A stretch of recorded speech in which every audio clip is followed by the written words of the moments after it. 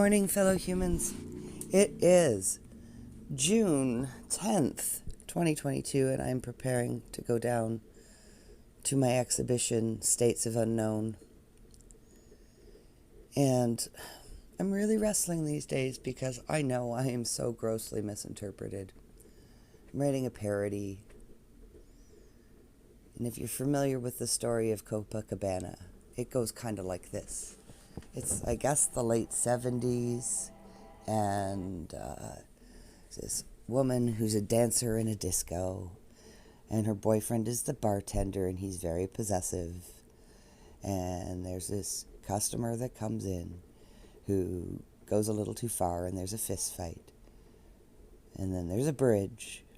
And then 30 years later, there's Lola reflecting on basically the waste her life was. And it's a sad story. Don't fall in love, man.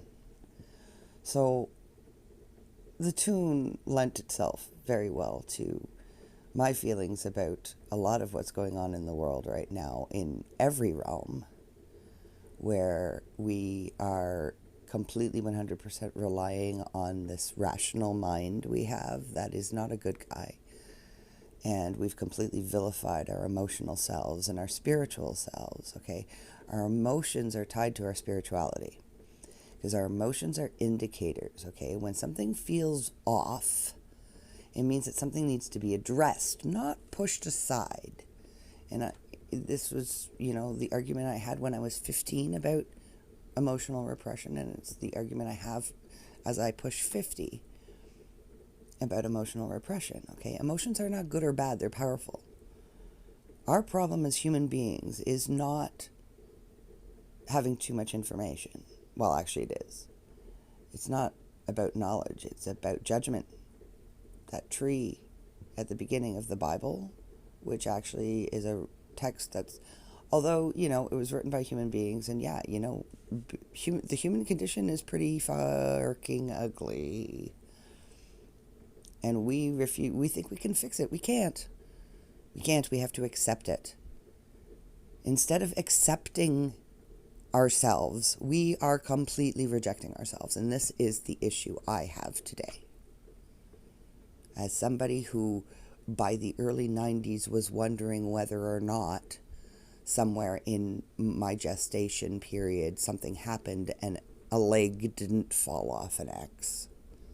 And yes, very literally, I had that conversation, I think it was in 1990-91, where, you're sitting around with a bunch of people drinking and, some guy starts musing about why we all have nipples. And it's, you've got the XX chromosome and the XY chromosome, and yes, we all start out as girls, and somewhere in the process, a leg falls off the X. That was the analogy that I drew back then.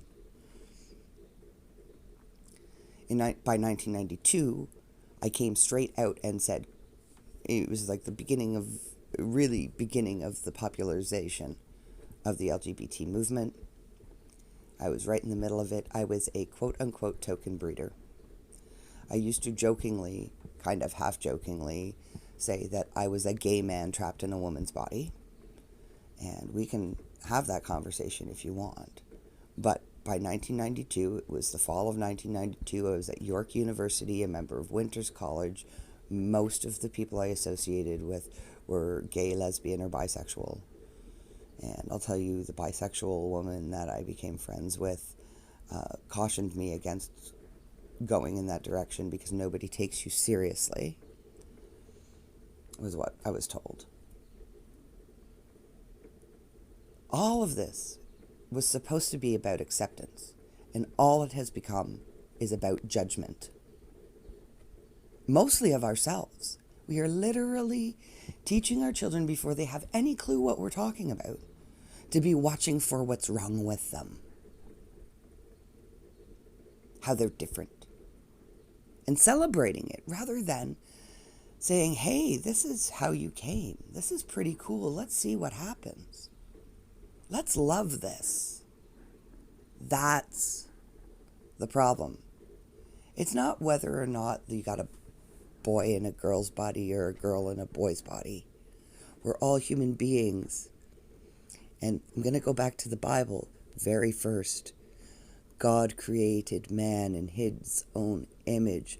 Male and female created he them together as one thing. And then there was a physical separation. So yes, we have to recognize that our physical forms there's a duality there. And really, just like everything else, it's a trinity. You have the physical aspect, you have the creative aspect, and you have the spirit.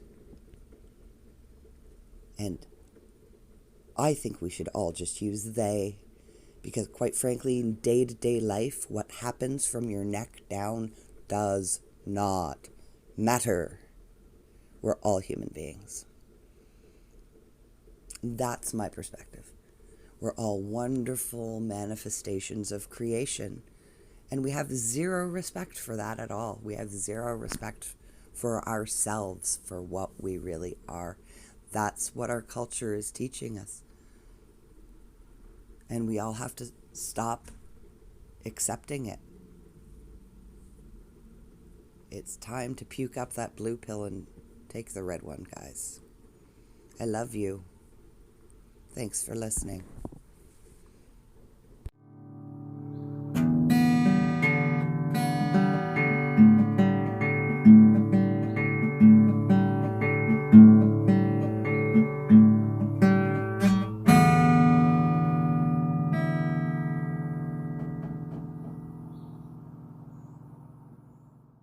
Narrative bullshit.